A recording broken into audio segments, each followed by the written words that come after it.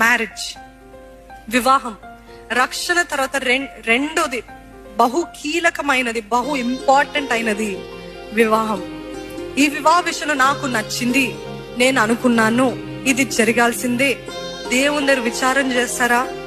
భౌతికంగా బాగున్నారు, అన్ని రీతులుగా బాగున్నట్టు కనపడుతున్నారు, అన్ని బాగానే చెప్పుకుంటున్నారు, కానీ ఒక్క నిమిషం లేకపోతే ఒక్క రోజు లేకపోతే ఒక వారము సపరేట్ గా టైం తీసుకొని దేవా ఇది నీ చిత్తమా అని విచారణ చేయగలిగారా? వివాహం ఒక్కటే కాదండి, ఏ విషయంలో అయినా.